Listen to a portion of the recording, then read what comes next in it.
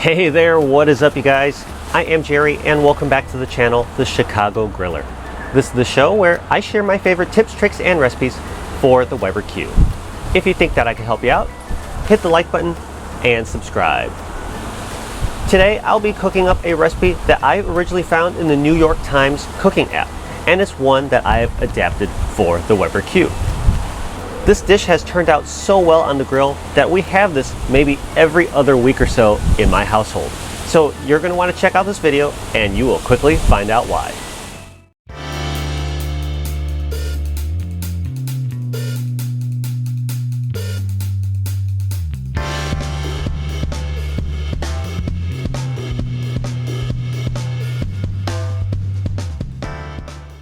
Let's head straight on out to our grill today. Out here on my patio, I have been preheating my Weber Q with a 10-inch cast iron skillet to a medium heat. As you can see, there is some olive oil in the skillet that is starting to smoke from the heat. And to the skillet, I'm going to add one diced yellow or white onion and then one whole diced pepper. I used orange pepper today. It doesn't really matter what color you use. Orange just seems very appropriate for the fall. Anyways, give this a little bit of a turn, and then you'll hit it with some seasonings. You could just stick to salt and pepper, but I'm using a salt pepper garlic blend that I've used in the past. Next up is time to sear up some bone-in, skin-on chicken thighs. These have been lightly oiled and seasoned with salt and pepper, and you're going to go ahead and lay these down skin side down on your grill grates. And as you can see, the Weber Q2000 is a great size for this. The Weber Baby Q is a little bit smaller, and you'll probably have to do the chicken thighs in a separate step. That said, everything fits for me today, so I'll shut the lid and let everything cook for about 3 minutes. 3 minutes later, it's time to give all our chicken thighs a flip. And as I turn this first chicken thigh over, you'll see some nice grill marks and color on the chicken skin. That's all we're going for at this point.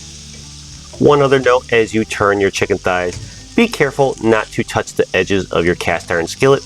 You don't want it to stick to the sides of your skillet while you cook. And now that all my chicken thighs are bone side down, it's time to give my onions and peppers a quick little toss so that they can cook evenly as well. When you're all set, go ahead and shut your lid and let these cook for about 2 or 3 minutes longer. So now here we are at about 5 or 6 minutes of elapsed grilling time. I'm going to go ahead and pull these chicken thighs off of the grill. Now, these chicken thighs are nowhere near fully cooked after such a short amount of time. Remember, the goal here was to just give them some nice color and sear. We'll come back to them shortly. But first, let's build up our skillet. So grab 2 to 3 cloves of minced garlic and add that to the skillet. At this point, we'll also add about 1 teaspoon of cinnamon. And then follow that up with about 1 teaspoon of cumin. And just eyeballing it here. Perfect. Give your onions and peppers and newly added spices a bit of a stir. Then shut the lid and let these ingredients all simmer together for about a minute or two. After another quick minute or two on the grill, it's time to continue to add to our skillet. First up is a can of black beans. This is just a small 12-ounce can. Now, I did drain some of the excess liquid from the top, and once I've done that, I'm just going to use a spoon and scoop the black beans onto the top of the onions and the pepper. I'll then also use my spoon to kind of spread and push the beans as evenly as I can, or at least roughly so, on top of onions and peppers. Don't worry that the skillet is not completely covered with black beans because we're adding plenty more ingredients to the skillet. So next up, I have about 8 to 12 ounces of halved cherry tomatoes. Into the skillet that goes, and once again with the spoon, I'm going to go ahead and try to roughly smooth that on top of the ingredients in the skillet. And once you're set, it's time to add the final ingredient to the skillet, and that is 1 cup of uncooked white rice. Pour that cup on top of your ingredients. And oops, spilled a little bit there, but that's okay. This is kind of why I like cooking out on the grill. I don't mind a little bit of mess.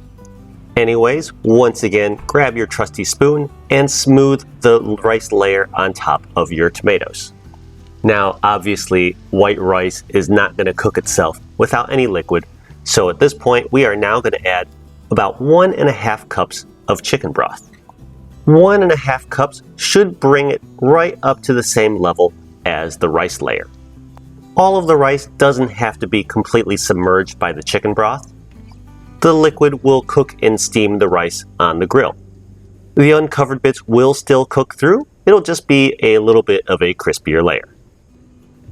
And now finally, it's time to bring back those chicken thighs that we set aside earlier. Remember, they aren't fully cooked through yet, so now it's time to finish the job. Lay your chicken thighs skin side up in your skillet. We are going to cook the rice and the chicken all together with this roasting step. Once all the chicken thighs are on board, go ahead and shut the lid, and we are going to roast this at about 375 degrees F for about 40 minutes. And as you can see with my particular Weber Q2000, 375 degrees F stabilizes at about a medium on my gas knob. And so now after about 40 minutes of roasting time, this dish should be just about complete. As always, to be safe, you may want to temperature check your chicken, and we are looking for a target temp of 165 degrees Fahrenheit. And as you can see, I'm just a touch over that temperature today, but that's okay. Bone-in chicken thighs are very forgiving on the grill. You can enjoy this dish as is at this point, but I'm going to bring this inside and add a few fixins. First up, some fresh lime juice goes really well with this dish, so I'm going to squeeze a little bit on top of all my chicken thighs and rice. You can also add some sour cream, or in my case, I just used 2% Greek yogurt. I find 1 spoonful works perfectly on each chicken thigh. The final option that is good with this dish is, of course, some hot sauce. And today, nothing special here, just some Frank's Red Hot Original Hot Sauce. But again, use any fixins and sauces that you enjoy. Anyways, once again, this is the Black Bean Chicken Skillet recipe inspired by New York Times cooking and adapted for the Weber Q grill. Like I said at the very beginning, give this a try and you will quickly find out why this has become a staple in my household. Thank you again very much for watching. Don't forget to like and subscribe, and I'll see you all again next time.